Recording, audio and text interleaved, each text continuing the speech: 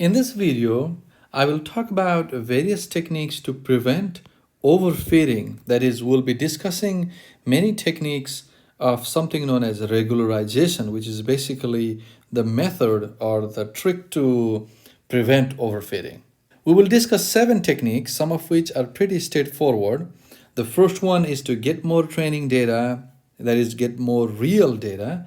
The second is data augmentation, that is more fake data. We don't generate any new, collect any new data, but generate more from existing.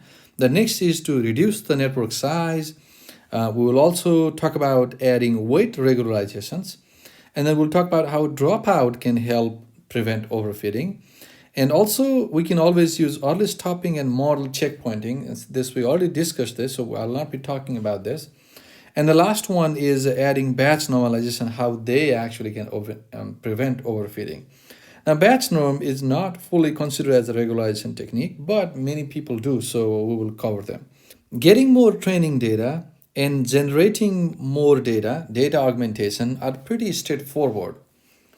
So let's focus on the third point of how to prevent overfitting by reducing the network size. So regularization by reducing the network's size. So a model with more parameters is equal to a model with more memorization capacity. It's like a hard drive with a tremendous capacity. So obviously, more capacity allows a model to easily learn a perfect dictionary-like mapping. Now, this is something that we may not want between the training samples and their target. So if we have, let's say, training images and the corresponding labels, then having a model with a very large capacity may make the model know, okay, whenever I see this image, this should be the label. And whenever I see another image, another should be the label, and so on. So we do want the model to do some sort of mapping, but we want the mapping to be more general. For example, if the picture has, let's say, a person in it, then I should predict a person and things like that. So a model with more parameters simply creates a training, a model with a lot of parameters simply creates a model with a much more memorization capacity. And this mapping that the model creates without any generalization power is not very useful or exciting, or like, this is not what we want the model to do. The challenge usually is generalization, not fitting. So the question is, say we have a data set, right? And then our deep learning model, let's say you build a model, let's say model 1, and let's say you get accuracy of 69%, right? And then you find out, okay, so this is actually very low accuracy even on the training set. So you change it to the model to create another model, let's say model 2, and let's say you get 85% accuracy. If you're not very happy with it, it's actually not very difficult to create a much larger model, maybe bigger model, model 3, and obtain maybe 98 or 99% accuracy. So this is a large model. So the question is fitting the data set is not a challenge. The challenge is, can I learn the patterns good enough such that I can do well on unseen data? Deep learning models tend to be good at fitting to the training data set. So they can be very good at overfitting with the training data set. So the question then becomes, too much capacity of the model, that is a model with a lot of parameters, is that good? Or is it better to have a model with not enough capacity? So basically, it boils down to the same war or the same issue of a bias variance trade-off. If the network has a limited memorization resources, it won't be able to learn this mapping easily. So not enough capacity is also a problem. The model will starve for memorization resources. So we could actually use this to our advantage, where we have a model of medium size for the data set, model medium size, such that it cannot easily learn one-to-one mapping between the input and the output labels, but it's forced, to generalize more. So in this way, if we actually focus on creating a model that's not very big, but actually medium size for the data set, then we'll be able to generalize more. So then what is the magical formula to come up with this medium sized model that is the appropriate model for our data set? So what exactly is the magical formula?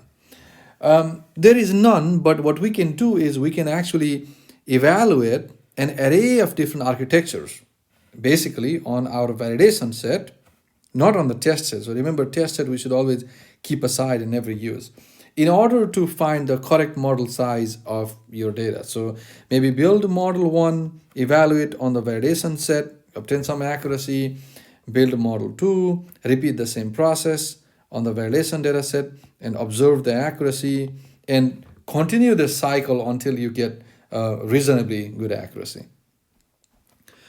The general workflow to find an appropriate model size is to start usually with a few layers and few parameters, and then increase the size of the layers and add new layers until you see diminishing returns with regard to validation loss. So say in x-axis, I have the number of parameters of the model,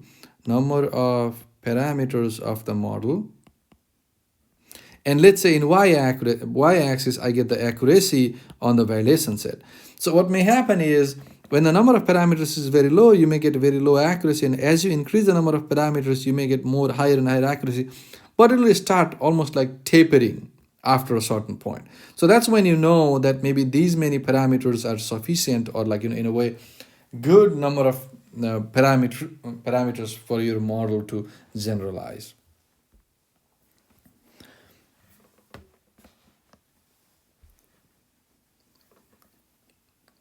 Now, one question that we may ask is, how do I know if my model is already too large? So I randomly created a model for my problem. How do I know if it is too big or if it is too small? Now for this, let's start with an example. Say we have an original model, let's say starting model, or let's say original model. And let's say this model has dense layers, 16 neurons in the first layer, 16 neurons in the second layer, and 1 neuron in the last layer. And we have such a model. Let's say this is reasonably performing okay, or like, good model that we have found so far. And then let's say we create two versions of this model. Let's say we decrease the number of neurons in the model to create a model with lower capacity by making these neurons, instead of 16, 16, 4, 4. So this is our first model. We created another model, and let's say we also create another model, a third model, with higher capacity, higher learning capacity, such that the number of neurons now is 512, 512. So this is our third model. Now, when we go from model 1 to model 2, and we compare the validation loss, that is how well the model is performing on the validation set, over epochs, then here's how the comparison of the original model, this is the original model, the plus lines, and here's the model with lower capacity, the blue dots. So we see that the original model, at the beginning it's over here, and then it goes down, and then it's like, wobbling a little bit, but overall gradually the loss is becoming higher. So probably the optimal point was somewhere around here, and after this point the model started performing poorly on the validation set. Now this is that was the original model. Now on the lower capacity model, if we look at these blue dots, so the model starts here, it takes slightly longer to converge or to have the minimum validation loss, and then it also doesn't go back up very quickly, but it goes back up gradually. So here we see that the model is, in a way, if you look at this, it's taking more epochs, so it is struggling to converge. But this may actually be a good thing, because then the model is not memorizing but trying to generalize. And this smooth pattern of learning is exactly what we would like to see whenever possible.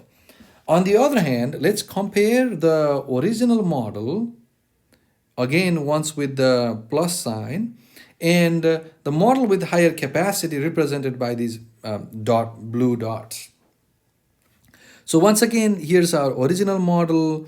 It's mostly smooth, but overall, it's not too bad model. Now, with the model with the higher capacity, however, you see that at the beginning we have here, and then we go back down, and then we go back up, and so the model is the learning curve, or I here actually the violation loss is very quickly jumping back and forth between high values and low values. It's very unstable curve. This is what we observe with the larger model. Now, whenever we have a curve that looks like this is the time to think that our model may be, too big already. And on the other hand, whenever we have a curve like this, we may want to increase the capacity of the model to see if it does any better. One of the pointers to identify when your model is too big is to check which network nears zero loss more quickly. So here you observe that from the first loss to the second loss, we immediately got the minimum loss immediately in the second epoch. And this is also another sign of having a really big model, because then otherwise it would take a certain epochs for the model to actually get there.